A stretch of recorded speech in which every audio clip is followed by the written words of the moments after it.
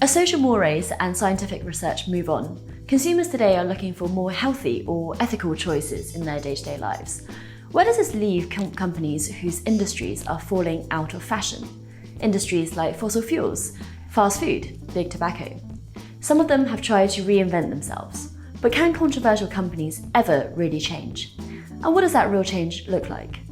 These are some of the questions I'll be asking in this discussion with Moira Gilchrist, Vice President of Strategic Communications for Philip Morris International, and Chris Blackhurst, formerly the editor of The Independent and a business journalist.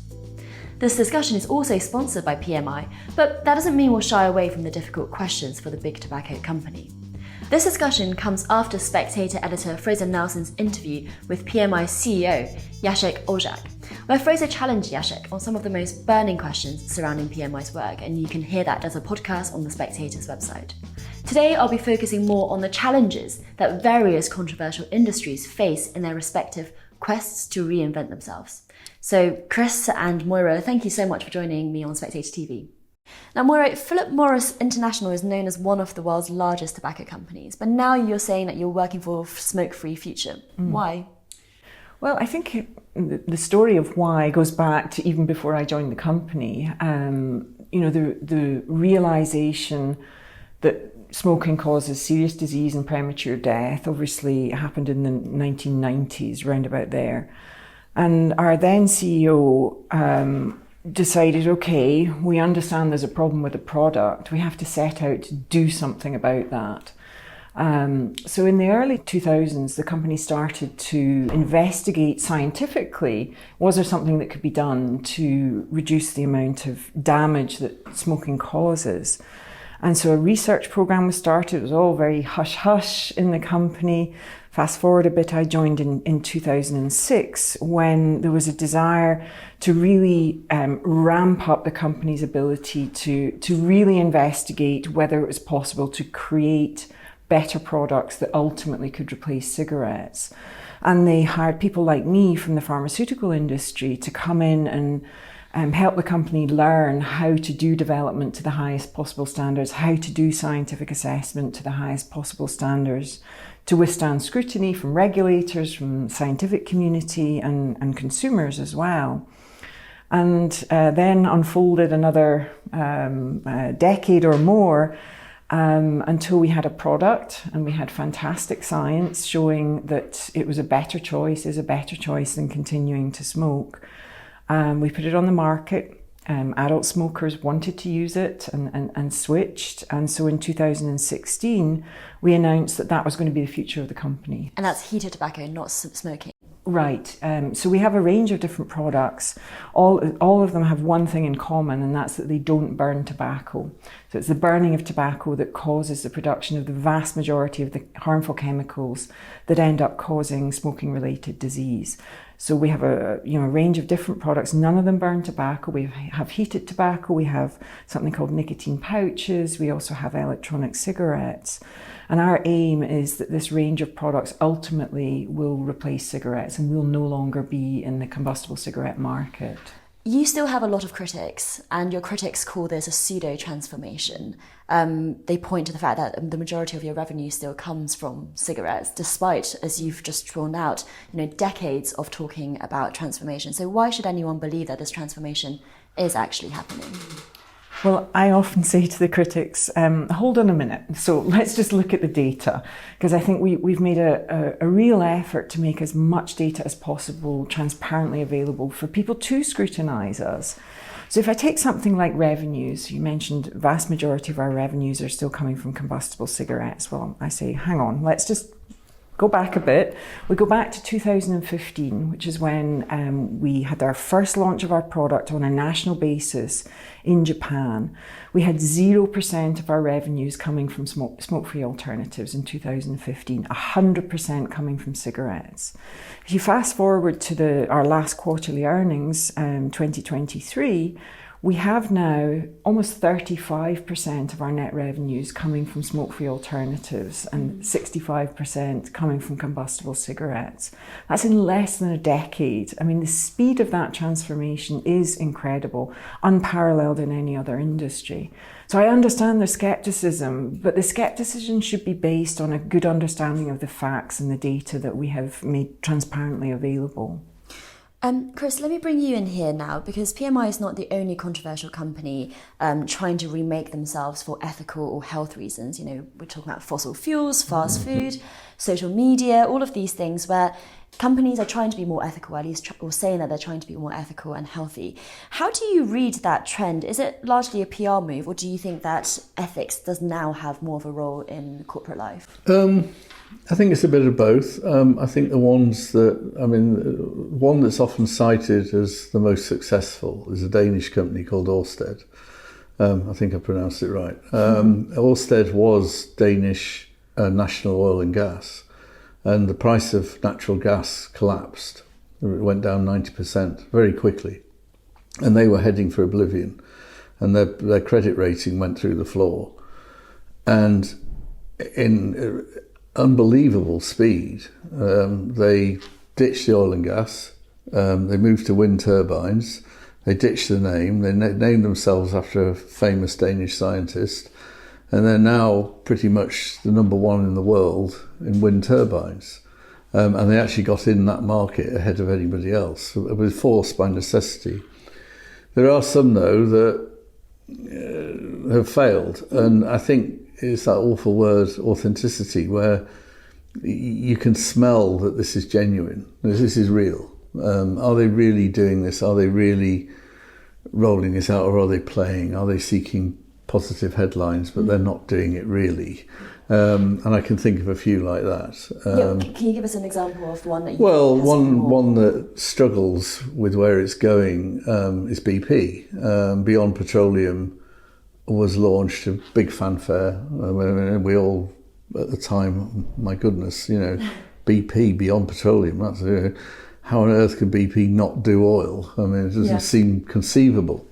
Now, the Danish did it, so I suppose that's a good example. But BP, a huge company, massive. How can they really do this? And, of course, recently, they've pulled back. They've pulled back quite a lot.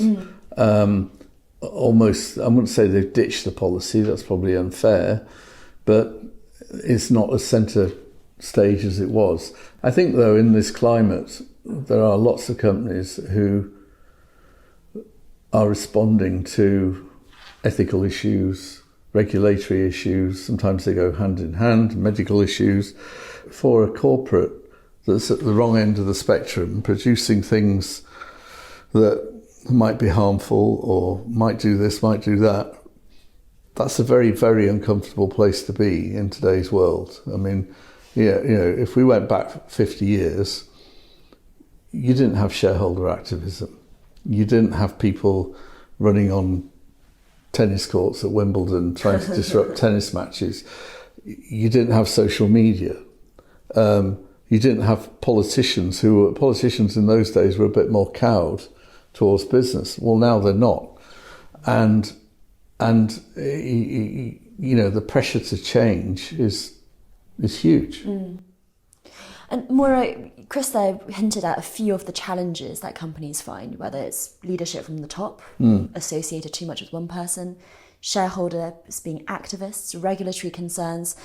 For you, having overseen so much of PMI's own transformation, what do you think are the biggest challenges that you are still facing in stopping you from going faster?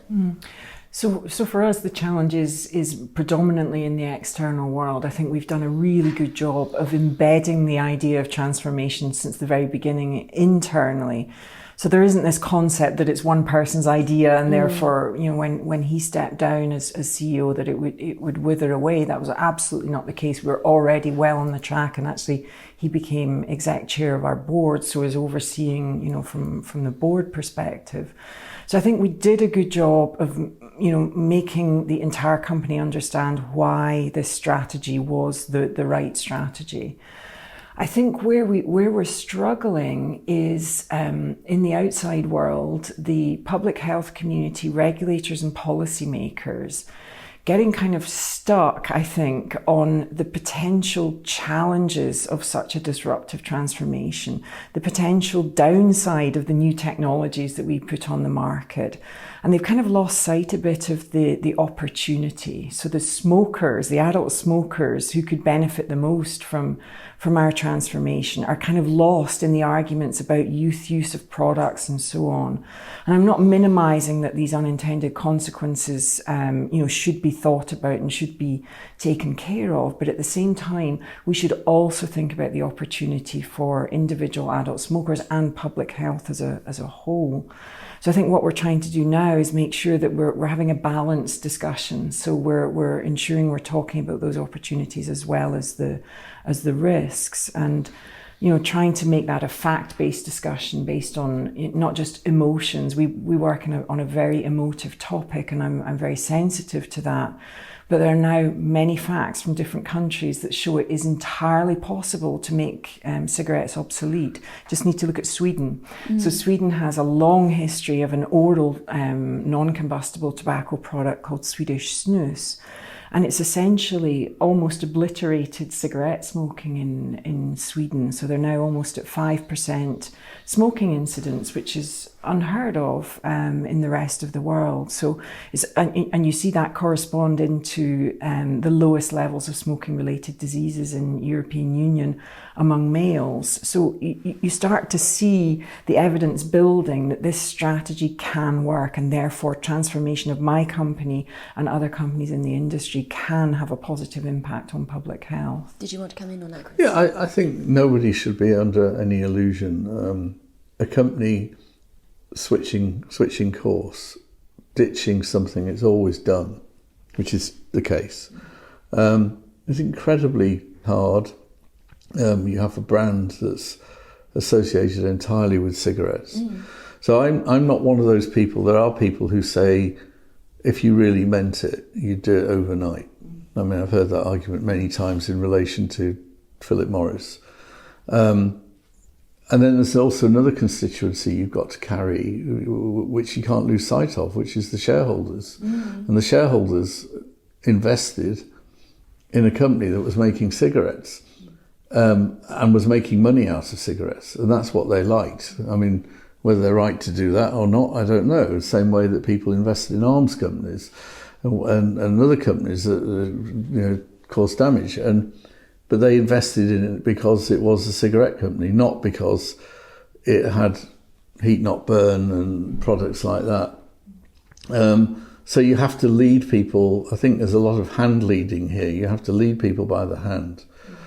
And the temptation to ditch it, well, that must be very strong. And, in a way, all credit to people for holding their nerve. But there's a third option as well, isn't there? You can stay your course, or you can ditch it. Or the third option is to say that you're staying your course, but actually not be doing as much as you could be, so whitewashing. Yeah, and I think that's what critics of PMI would often accuse you of, that you're saying all these nice things, but you're not actually delivering. I think, yes, and look, there's a certain truth, and it might not be smoking in Sweden, but there's certainly smoking in Indonesia and the Philippines and China and places like that, far more than here. And, in a weird way, you still have growing markets in those places. And, I mean, growing versus your competitors. So you're riding two horses. But, I mean, I suppose the cynic in me would say, I really want to see in 5 years' time, I'll give you 5 years. 5 years' time, well, it's been going a long time already. I'll give you 5 years. While I say it's very difficult, I would like it to be a bit quicker. So would we, and if I can just go back to a point you made earlier, I hear often people say, you should just sell your cigarette business. You should just get rid of it so that you can focus only on these new products and only on transformation. And we have thought about this a lot over the years. And if you think about it logically, we have a fiduciary responsibility to shareholders. Yes. So we have to return to shareholders. And any company that we sold the combustible cigarette business would have a fiduciary responsibility to their shareholders to sell more cigarettes, not fewer. So what we have done is we've incentivized ourselves, and all our senior management are incentivized. Their bonus is coming from selling more smoke-free alternatives and fewer cigarettes. Is that really all management? Yes, yeah. Our So bonuses are linked to smoke-free exactly. revenues Our increasing. transformation. We have a number of metrics associated with our transformation, and so our senior executives are being incentivized for the right things. If we were to sell, whether to private equity or another business, they would be trying to sell more cigarettes, not fewer. So, Well, there's Moira, Chris has just said he's not looking for you to change overnight. But what about this idea of you increasing sales of cigarettes in Indonesia, Egypt, Thailand, Turkey, all of these non-Western countries, where you are increasing cigarette sales? And when your chief financial officer was asked about this by the Financial Times, he said, "Our ambition is to convert smokers to our product," which suggested that he wanted to introduce people to cigarettes such that he could then introduce them to your smoke-free products. I mean, that doesn't seem ethical at all, because as a doctor, surely you would say it's better to not vape or not to use snus than to use these products at all. So clearly the best thing somebody can do is never to start using a tobacco or nicotine product, and if they have, they should quit. If you are an adult who smokes, these products are a much better alternative than continuing to smoke. But if we look around the world, not every country has regulation and policy that makes it easy to bring these new products onto the market. There's a number of countries. Singapore is one example. Brazil is another. Mexico is another. These alternative products, which science shows are better than cigarette smoking, are banned, but cigarettes are allowed. So what choice do we have as a company in countries like that? Is that the case in all of the countries where cigarette sales Not are all of them. increasing? Indonesia, for example, we have just launched our lead Your choice heated is not to tobacco be there. product. No, we have just launched our heated tobacco product there, and we're No, starting. but Chris is saying that you could not be in these markets at all. Right, again, we come down to the fiduciary No, responsibility I know. to shareholders. I think one Kind of thing- being a rock and a hard place, It and is. that's why we're working It is a so rock and a hard hard place. to help regulators and policymakers understand the science, so that they can. We don't care what they do in terms of regulation for cigarettes. If they want to put in place really harsh restrictions, that's a great thing. Yeah. But what they should also do is allow these smoke-free products as a place for people to go if they're not going to quit. I think one thing in PMI in Philip Morris's favour is that while in the industry and in the city in Wall Street, the investment community, you're known, and obviously among tobacco campaigners, you're known for cigarettes. You're not in the same position as some companies where they are so identified in the name with the harmful product that they've got, they're changing it. I mean, BP, I would argue, is in a more difficult place. I mean, the one that comes to mind, which is similar, is Diageo. Most people do not know what Diageo is, but they know what Johnny Walker is, and they know what Guinness is. Diageo is going into alcohol-free spirits, alcohol-free gins.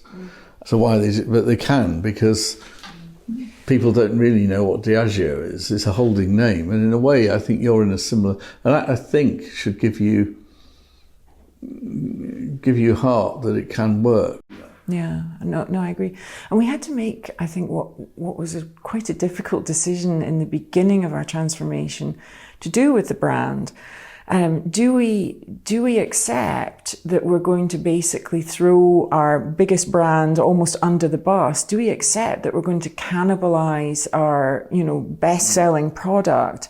Because that's the only way that we're going to, truly transform. And I think, the decision was made that yes, that's a good thing. We're going all in, if you like. Mm-hmm. If you take the example that you did about alcohol, I think these are alcoholic and non-alcoholic drinks. It's not like they're trying to replace alcoholic drinks with non-alcoholic drinks. It's a side-by-side strategy. Ours is different. Ours is purely a replacement strategy. Mm. We want to, basically make our old product obsolete. Yeah, I mean, I would. It reminds me a bit some of the sort of political statements that, you know, Boris Johnson might have made, saying, well, now we're going to be net zero by 20, there'll be no petrol cars, no new petrol cars in Britain by 2030. Wow. And now as 2030 gets nearer, people are beginning to think, well, hang on, there aren't enough charging points, electric cars are too expensive, blah, blah, blah. So while I think it was incredibly brave for PMI to say this, I can't help thinking at the back of some minds, maybe not yours, within the company, there are some people saying, I wish we'd not said that, I wish we'd not. You do have a target, don't you, Moira? 50% of revenue from smoke-free products by 2025. In 2025, we want to see be a majority. We're on track. Here's the thing, though.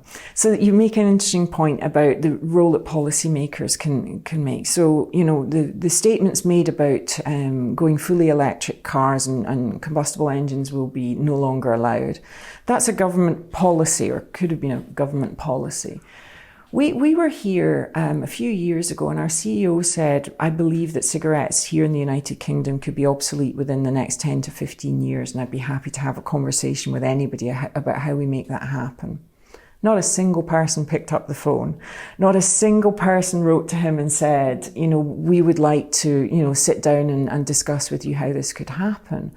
So it's perfectly possible for a government to say, we're going to, and particularly here in the United Kingdom, which has a strong culture of tobacco harm reduction and embracing these products, it would be perfectly possible for a group of people to sit down together and say, okay, how are we going to make this happen? How are we going to make cigarettes obsolete?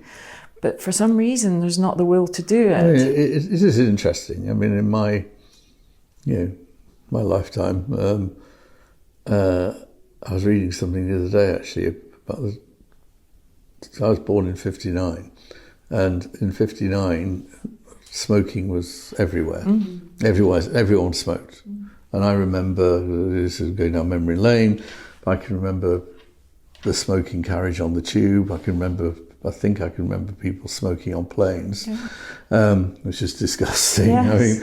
I mean, you know, I've watched this product. It's now virtually invisible. Mm. You can't. There's no signs. It's not visible in the newsagent. It costs a fortune, and so in a way, it's becoming obsolete.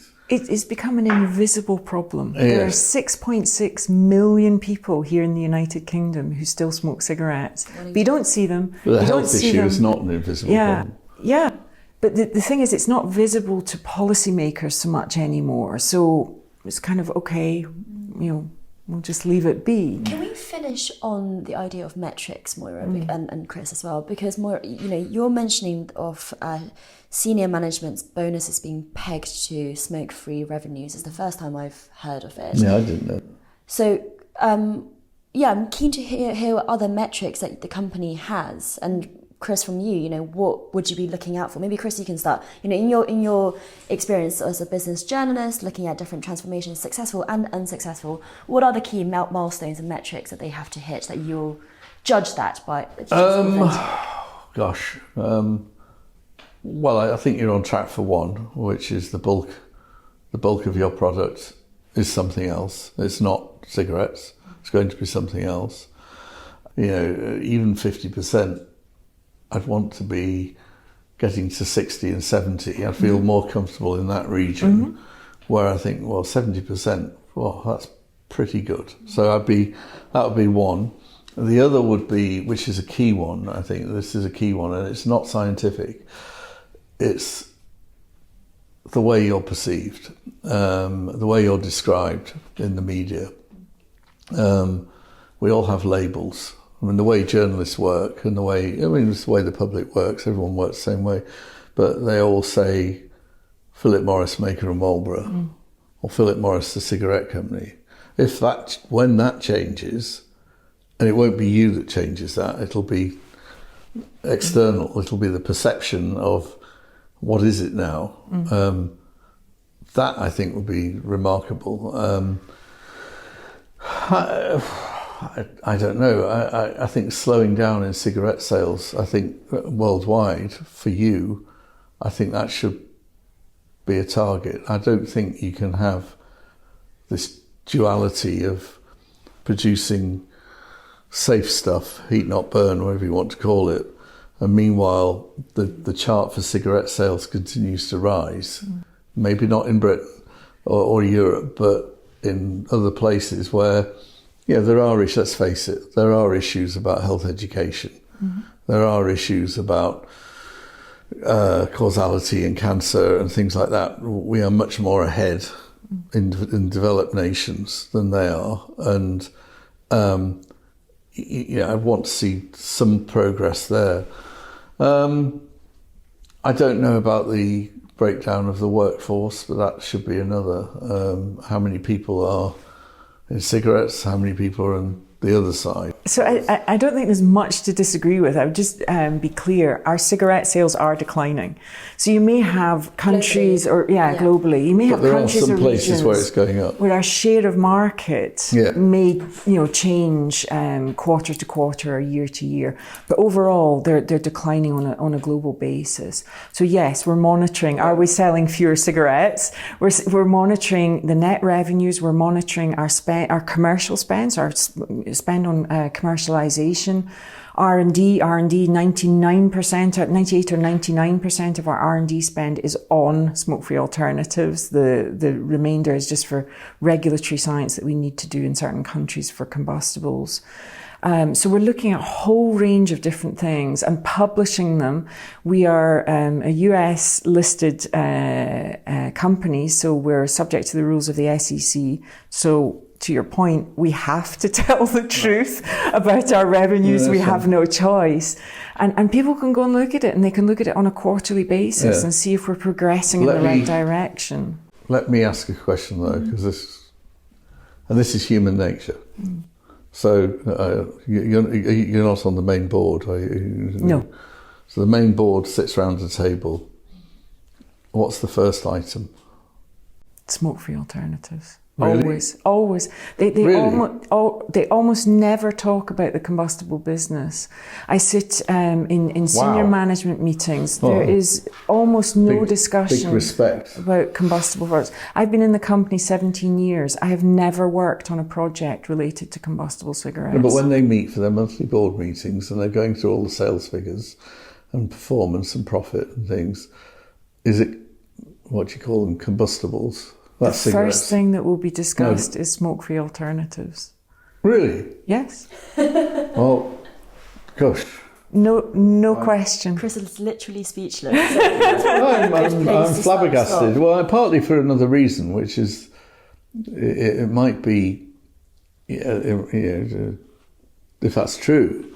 But the fact is, from what we've said earlier, is so the bit that accounts for 65% of revenues is talked about second, if at all. And it's everyone around the table is focusing on the 35. Yeah. That seems a bit strange. Well, here's the reason. We know how to make and sell cigarettes. We've been doing it for decades. So it's a very stable kind of business. You know how to run that business. What we're learning how to do is how to accelerate the trajectory of smoke-free alternatives. So that's where management time and focus is spent, because that's the important part of the future. It's not the combustible cigarette business. I answered partly the question earlier, but another matrix I would look for would be level of investment. So, is it a heat but not burn factory, or is it a new cigarette factory? Yeah. And how does that work? Yeah. So again, we're publishing our manufacturing infrastructure.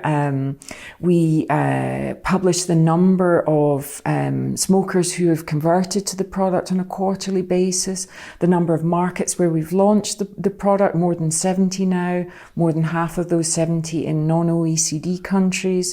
So if there's other things people would like to see, we're happy to look into, and publishing those as well. But I think we've done a really good job of figuring out the things that people really can monitor that matter to people and publishing those. I just hope people go and look at them.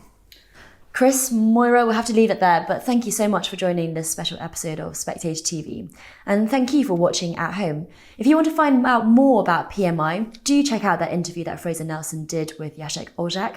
It's a Spectator podcast, so you can get that wherever you get your podcast from. And we'll put a link in the description as well. Thanks very much.